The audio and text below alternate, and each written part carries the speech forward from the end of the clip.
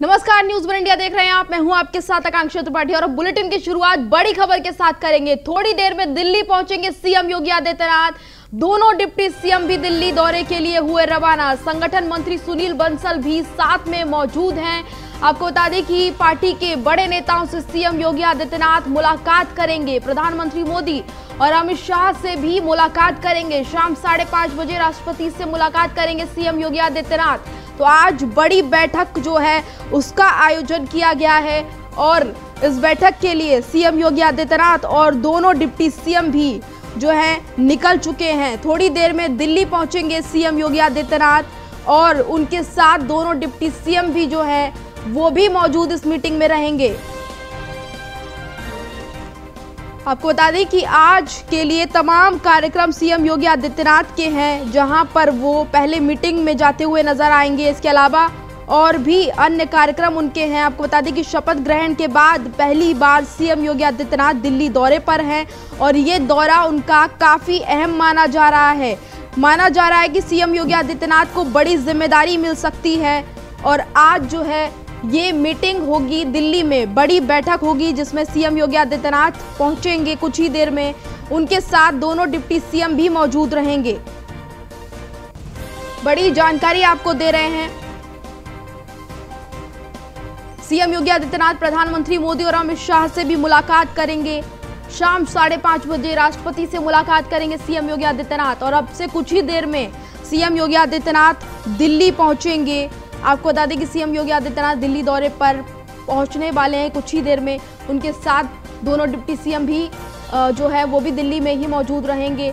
आज बड़ी बैठक बीजेपी की दिल्ली में होगी और इस बैठक के लिए थोड़ी देर में सीएम योगी आदित्यनाथ भी पहुंचेंगे। और हमारे साथ इस खबर पर पीयूष तिवारी जुड़ गए हैं। पीयूष, क्या अपडेट मिल पा रही है दिल्ली से आपको? थोड़ी देर में सीएम योगी आदित्यनाथ दिल्ली पहुंच जाएंगे।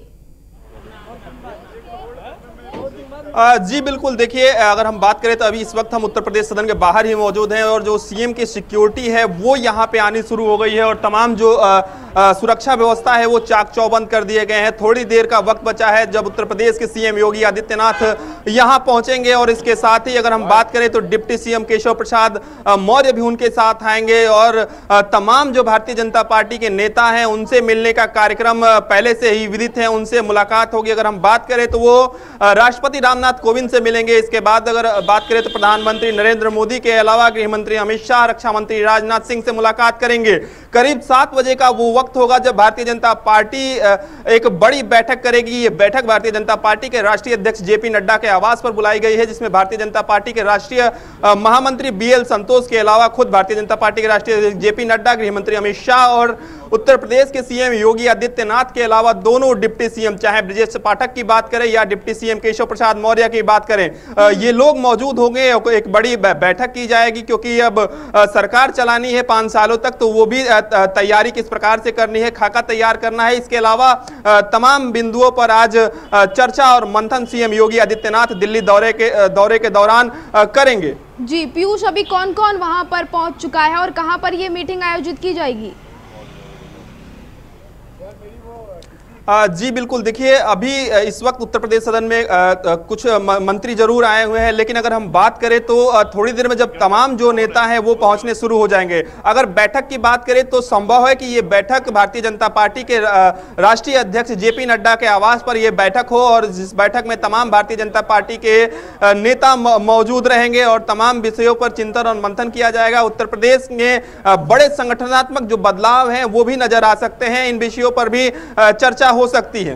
जी, किस तरह के बदलाव आ सकते हैं इसके बारे में कोई चर्चा हो रही है? आप लगातार ग्राउंड जीरो पर दिल्ली में मौजूद रहते हैं, वहां पर किस तरह की चर्चाएं चल रही हैं इसको लेकर?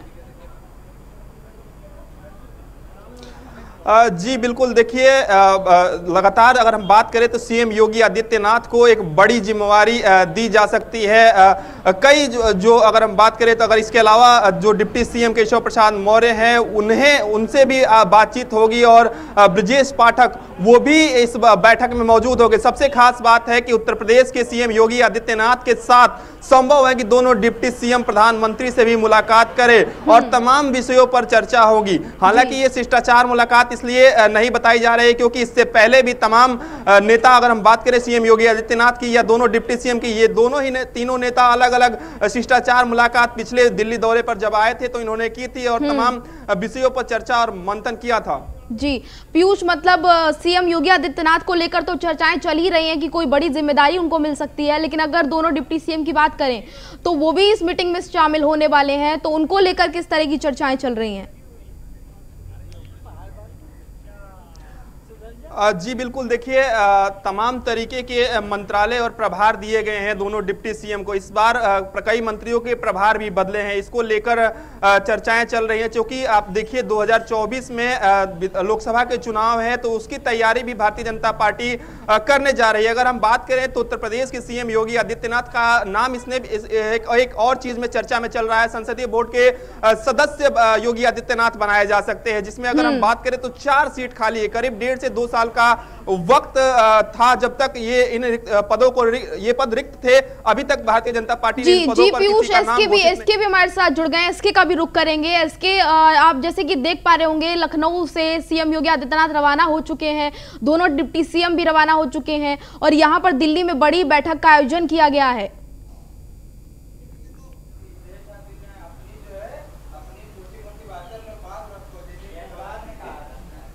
एसके, अब तक मेरी आवाज पहुंच रही है क्या?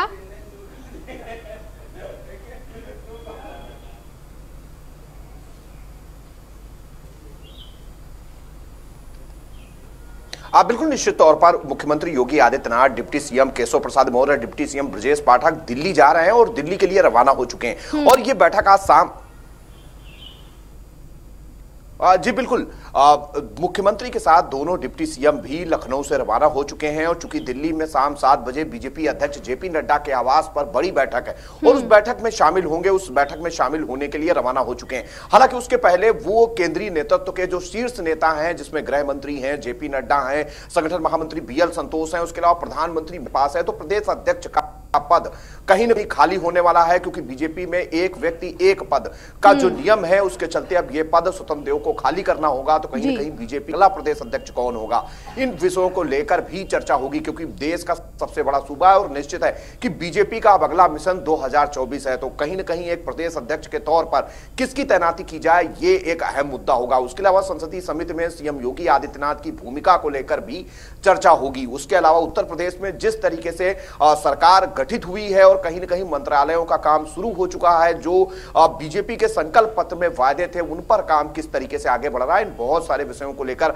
गृह मंत्री अमित शाह और बीजेपी अध्यक्ष जेपी नड्डा चर्चा करेंगे मुख्यमंत्री योगी और उत्तर प्रदेश के दोनों डिप्टी सीएम के साथ। इसमें उत्तर प्रदेश के संगठन महामंत्री सुनील बंसल भी मौजूद रहेंगे। तो निश्चित है कि कहीं न कहीं जो चीजें हैं उनको किस तरीके से आगे बढ़ाया जाए, जिन चीजों को लेकर संकल्प पत्र में वायदे किए गए उन वायदों पर किस तरीके से काम किया जाए, ज्यादा से ज्यादा लाभार्थियों की संख्या बढ़ाई जाए, किन चीजों को लेकर कहीं न कहीं विपक्ष सवाल उठा रहा था उन पर किस तरीके से काम के जरिए जवाब दिया जाए, ये बहुत सारे मुद्दे होंगे जो कि उत्तर प्रदेश के सरकार और संगठन के लोगों के साथ केंद्रीय नेतृत्व की बैठक में तय होंगे। तो कहीं न कहीं ये वो महत्वपूर्ण चीजें हैं जिसको लेकर दिल्ली में मंथन होने जा रहा है। हालांकि पहले भी लगातार इस तरीके का मंथन होता रहा है।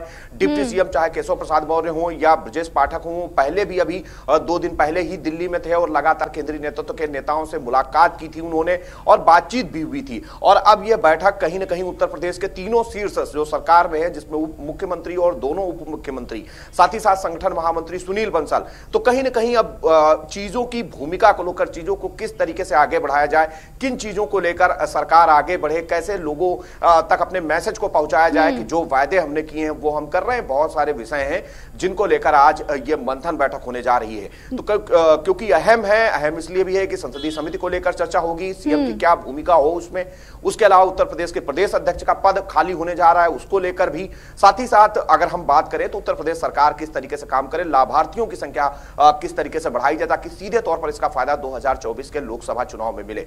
ये बहुत सारी चीजें होंगी जिसको लेकर आज इस मंथन बैठक में चर्चा होगी। जी मतलब 24 को लेकर जो रोड मैप है पीयूष अभी से तैयार किया जा रहा है और इसी को लेकर ये बैठक जो है की गई है और उसमें तमाम चीजें जो हैं वो सामने आएंगी निकलकर। एक तरफ जहां योगी आदित्यनाथ को लेकर चर्चा चल रही है, उनको बड़ी जिम्मेदारी मिलेगी और वहीं रोड मैप भी तैयार किया जाएगा कि आखिर यूपी में किस तरह से काम किया जाए। तो इस तरह से ये अहम बैठक मानी जा रही है। पीयूष, जनता पार्टी को 2022 जी बिल्कुल, देखिए भारतीय जनता पार्टी को 2022 में जनादेश उत्तर प्रदेश ने दिया था। इसका सीधा संदेश भारतीय जनता पार्टी 2024 में देना चाहती है। चाहे वो जातिगत समीकरण हो या केंद्र सरकार की जो योजनाएं हैं वो उत्तर प्रदेश के जन जन तक कैसे पहुंचे, इसको लेकर भी आज यहाँ पे चर्चा होंगी और अलग अलग अगर बूथ लेवल के कार्यकर्ताओं तक कैसे पहुंच बनाई जा सके। सबसे बड़ी बात है कि जिन सीटों पर भारतीय जनता पार्टी को हार का सामना करना पड़ा, उन सीटों पर आखिर क्या कुछ वजह रहे, इस बात को लेकर भी भारतीय जनता पार्टी चर्चा कर सकती है। इसके अलावा बीएल संतोष इस बैठक में मौजूद होंगे, तो संभव है कि तमाम और भी जिम्मेवारियां जो है वो उत्तर प्रदेश में कई लोगों को दायित्व दिया जाए। बड़े संगठन की अगर हम बात करें, संगठनात्मक जो बदलाव है उसके भी संकेत लगातार दिल्ली के शीर्ष नेतृत्व द्वारा कहीं ना कहीं मिलता रहा है। इसी कड़ी में अगर हम बात करें तो संसदीय बोर्ड के सदस्य योगी आदित्यनाथ तो बनाए जा सकते ही है, क्योंकि 3 और रिक्त पद हो जाएंगे। अगर बनाए भी जाते हैं सदस्य तो 3 और पद होंगे, उन पदों को भी भरना है। तो इसको लेकर भी आज चर्चा होगी, क्योंकि आप देखिए सुषमा स्वराज हो या अरुण जेटली हो, इन दोनों की मृत्यु के बाद 2 पद खाली हुए थे। इसके अलावा थावरचंद गहलोत जो है वो राज्यपाल बनाए गए, इसके बाद 1 पद खाली हुआ। इसके अलावा उपराष्ट्रपति वेंकैया नायडू को बनाया गया, इसके बाद 1 पद खाली हुआ। तो तमाम जो पद खाली हुए थे करीब 1.5 से 2 साल का। आप सही कह रहे हैं और अब इसके का रुख करेंगे। इसके भी लगातार लखनऊ से हमारे साथ जुड़े हैं। इसके लखनऊ के सियासी गलियारों में इस टाइम पर किस तरह की चर्चा हो रही है? आज की मीटिंग बहुत अहम है, जैसे कि आपने बताया कि तमाम मुद्दों पर मीटिंग में चर्चा होगी। बिल्कुल, निश्चित तौर पर अगर हम लखनऊ की बात करें तो सबसे अहम है उत्तर प्रदेश बीजेपी के अध्यक्ष का पद, जो कि खाली होने जा रहा है, क्योंकि स्वतंत्र देव सिंह उत्तर प्रदेश सरकार में कैबिनेट मंत्री बन चुके हैं और जल शक्ति विभाग उनके पास है। तो उस पद पर किसकी तैनाती की जाए जो बेहतर ढंग से संगठन को आगे बढ़ा सके, ये एक महत्वपूर्ण विषय है। उसके अलावा जो सरकार ने वायदे किए थे कि हम अगर सत्ता में आते हैं तो किन किन चीजों को लेकर आगे बढ़ेंगे, किन चीजों पर हमारा फोकस होगा, कैसे 100 दिन के अंदर हम चीजों को पूरी करके दिखाएंगे, ये बहुत सारे विषय हैं जिनको लेकर चर्चा होगी। और साफ तौर पर अगर मुख्यमंत्री संसदीय समिति की कमेटी का हिस्सा होते हैं तो उनकी क्या भूमिका होगी, इन बहुत सारे विषयों को लेकर कहीं ना कहीं चर्चा होगी। तो निश्चित तौर पर लखनऊ में इन चीजों को लेकर चर्चा जरूर है और महत्वपूर्ण है, क्योंकि मुख्यमंत्री के साथ दोनों डिप्टी सीएम भी दिल्ली पहुंच रहे हैं। तो कहीं ना कहीं चीजें जरूर तेजी के साथ आगे बढ़ रही हूं। बीजेपी उत्तर प्रदेश में कोई कोर कसर नहीं छोड़ना चाहती। जिस तरीके का माहौल उत्तर प्रदेश के 2022 के विधानसभा चुनाव में बना, कहीं ना कहीं इसका पूरा रोड मैप अब तैयार किया जा रहा है कि कैसे विपक्ष को पूरी तरीके से बेदम किया जाए, ताकि 2024 में कोई इस तरीके की चुनौती पार्टी के सामने ना हो। और निश्चित है कि उन चीजों को दुरुस्त करने की भी कोशिश होगी जिन चीजों को लेकर 2024 के विधानसभा चुनाव में लगातार सवाल उठे हैं। तो ये बहुत सारे विषय हैं जिनको लेकर कहीं ना कहीं आज जो मंथन होगा उसमें चर्चा होगी और वो रणनीति तय की जाएगी जिसके तहत सरकार और संगठन एक दूसरे से समन्वय करते हुए आगे बढ़े। यही एक बड़ी वजह है कि संगठन महामंत्री सुनील बंसल को भी बुलाया गया है और मुख्यमंत्री योगी आदित्यनाथ के साथ दोनों डिप्टी सीएम को भी बुलाया गया है। तो निश्चित है कि बीजेपी लगातार एक सिस्टमैटिक ढंग से एक रणनीति के तहत आगे बढ़ना चाहती है। उसी वजह के चलते इस तरीके की बैठक को दिल्ली में किया जा रहा है। जी एसके, चलिए तमाम जानकारी के लिए बहुत बहुत धन्यवाद आपका। आगे बढ़ेंगे। कानपुर में सेंट्रल बैंक ऑफ इंडिया के लॉकरों से हुई लूट के मामले में पुलिस ने बड़ा खुलासा कर लिया है। आपको बता दें कि लेकिन लॉकर ग्राहक जो है इससे अभी तक संतुष्ट नहीं है। कमिश्नर से मिलकर लॉकर के जो ग्राहक हैं उन्होंने जल्द से जल्द ज्वेलरी बरामद करने की मांग की है। ज्वेलरी जो उनकी चोरी हुई है उसको दिलाने की मांग की गई है। कमिश्नर के आश्वासन के बाद पीड़ित वापस अपने घर लौट गए हैं। पुलिस ने लॉकर से चोरी का खुलासा तो कर लिया है, लेकिन जो लॉकर मालिक हैं वो इससे संतुष्ट नहीं है। कमिश्नर से मिलकर लॉकर ग्राहकों ने जल्द से जल्द ज्वेलरी बरामद कर उनको देने की मांग की है। आपको बता दें कि कमिश्नर के आश्वासन के बाद पीड़ित वापस लौट गए। कानपुर का ये पूरा मामला है जहां पर ज्वेलरी चोरी हुई थी सेंट्रल बैंक ऑफ इंडिया के लॉकर से, और इस मामले में जो पीड़ित लोग हैं वो अभी तक संतुष्ट नहीं है क्योंकि उनको उनकी ज्वेलरी वापस अभी तक नहीं मिली है। हालांकि पुलिस ने इस मामले का खुलासा कर लिया है, लेकिन चोरी की हुई जो ज्वेलरी थी वो अभी तक नहीं मिल पाई है और इस बात से ये सभी असंतुष्ट हैं।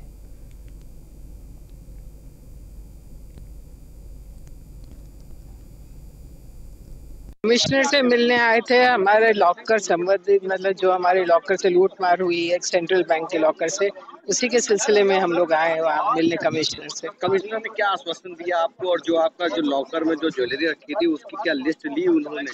लिस्ट तो हम FIR के साथ दे चुके हैं, कईयों की आज गई है लिस्ट उनको पहुँच चुकी है। बाकी उन्होंने कहा अभी पूछताछ उनसे होगी कोर्ट में, नहीं तो फिर उनके ऊपर गैंगस्टर लगाया जाएगा। इसमें करीब 5 लोगों की अरेस्टिंग हुई है और जो मेन इसके पीछे मास्टरमाइंड था, जो लॉकर इंचार्ज था, वो भी हाजिर हो गया। आज इनको कोर्ट में प्रोड्यूस किया जा रहा है और कोर्ट में प्रोड्यूस करने के बाद इनका पुलिस कस्टडी रिमांड लिया जाएगा, गहन पूछताछ की जाएगी। साथ ही साथ हम लोग इन पे गैंगस्टर एक्ट के तहत कार्रवाई करेंगे तथा उसके अंदर इनकी जो विभिन्न प्रॉपर्टीज हैं इनके पास, उसको भी अटैच किया जाएगा। पुलिस अब इसको PCR पे लेकर और जो बरामदगी उसका प्रयास करेगी। देखिए, इसमें करीब 5 लोगों की अरेस्टिंग हुई है और जो मेन इसके पीछे मास्टरमाइंड था, जो लॉकर इंचार्ज था, वो भी हाजिर हो गया। आज इनको कोर्ट में प्रोड्यूस किया जा रहा है और कोर्ट में प्रोड्यूस करने के बाद इनका पुलिस कस्टडी रिमांड लिया जाएगा, गहन पूछताछ की जाएगी। साथ ही साथ हम लोग इन पे गैंगस्टर एक्ट के तहत। और अब खबर बुलंदशहर से, जहां पर कलश यात्रा में छुरा लेकर घुसा युवक और उसने लोगों पर हमला कर दिया। एक युवक इसमें घायल हो गया है। लोगों ने अमरगढ़ चौकी पर हंगामा किया। लोगों ने जो है हंगामा किया, जिसके बाद पुलिस ने समझा बुझाकर लोगों को शांत किया। आपको बता दें कि लोगों ने आरोपी की जमकर पिटाई भी की। पिटाई के बाद आरोपी को पुलिस के हवाले किया गया।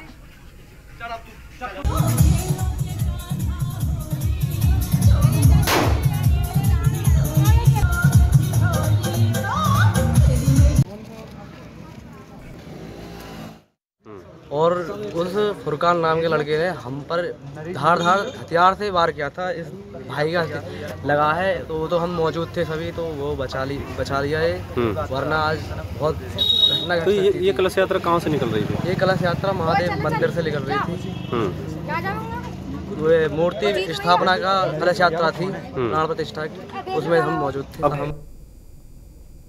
नींबू के दाम इस समय आसमान छू रहे हैं। 250 रुपए से 300 रुपए प्रति किलो नींबू बिक रहा है और इसी वजह से अब चोरी भी नींबू की होने लगे है। मामला शाहजहांपुर का है, तिलहर का मामला, जहां पर सब्जी विक्रेता मनोज कश्यप के गोदाम से चोरी किया गया है नींबू। 60 किलो नींबू के 6 किलो लहसुन और इसके अलावा 40 किलो प्याज और कांटा बाटा चुरा लिया गया है इनके पास से। और बता दें कि चोरी किए गए नींबू की कीमत लगभग 12,000 रुपए बताई जा रही है। तो नींबू की कीमत जो है वो बाजारों में बहुत अधिक है और अब नींबू चोरी का भी मामला सामने आया है। 60 किलो नींबू चोरों ने उड़ा लिया, जिसकी कीमत 12,000 बताई जा रही है। सब्जी की चोरी से व्यापारियों में खासी नाराजगी देखने को मिल रही है। फिलहाल व्यापारी ने थाने में कोई शिकायत नहीं दर्ज कराई है, लेकिन नींबू चोरी से इलाके में जो है एक अलग तरह से चर्चा का विषय बन गया है। महंगे नींबू पर चोरों ने हाथ साफ किया है। नींबू की कीमत बाजार में 250 से 300 रुपए प्रति किलो है और ये खबर नींबू चोरी की आपको बता रहे हैं, जहां पर चोरों ने 12,000 रुपए की नींबू को चोरी किया है। शाहजहांपुर की खबर तिलहर की। जब मैं सुबह आया यहाँ मंडी से माल लेके तो देखा कि ताला टूटा हुआ, तो पूरा अंदर देखा मैंने तो वहाँ ऐसे नींबू रखे हुए थे, 50-60 किलो में होते हुए सब भुगाए थे। प्याज लहसुन था, भुगाया था, तराजूगार था, LED बल्ब रखे हुए थे जलाने वाले, बहुत। क्या लगता है आपको? क्या लगता है, क्या किसी का हाथ होगा, यही जो जाल नालीदार बंदा उसको पता होगा जब माल रखा जाता था। जब मैं सुबह यही समस्या है कि हम लोग 10-12 मिनट लेट हुए थे, इसलिए उस दिन उन्होंने 9 तारीख में पेपर नहीं देने दिया जी। और आज ऐसा हुआ कि वो बोल रहे थे कि तुम लोग बहुत गुंडागिर्दी करते हो, तुम लोगों को दिखाएंगे हम गुंडागिर्दी क्या होती है। जिस समय तुम गुंडागिर्दी कर चुके, वो हम कक्षा 8 में कर चुके, तो हम लोगों ने कहा अच्छा सर ये तो नहीं हुआ, हम लोग कहाँ गुंडागिर्दी कर रहे हैं। तो बोले कि रुको अभी बताते हैं। तो वहाँ से कैमरा बंद और फैन बंद करके आए और लड़कों को मारने भी लगे। 2-4 लोगों को मारा भी हमारे साथ में, और एक लड़के की कॉपी भी छीन ले गए कह रहे थे। और 2 लोग आए थे वहाँ से कोतवाली से, वो ले गए थे उसको बाहर। किस कॉलेज में पढ़ते हो? गिरिराज महाविद्यालय।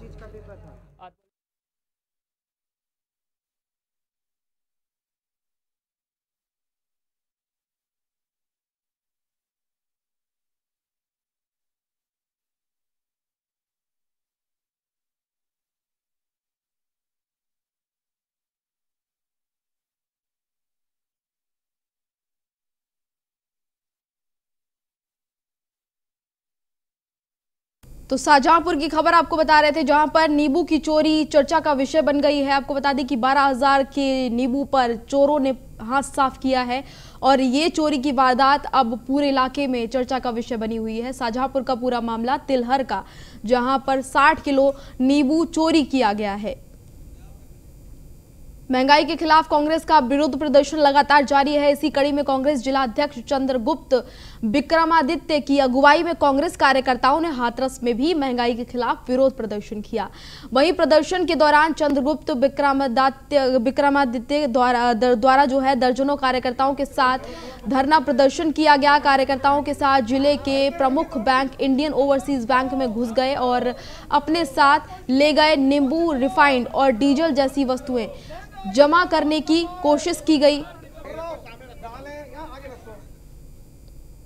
तो बुलेटिन में फिलहाल इतना ही, मुझे दीजिए इजाजत, नमस्कार।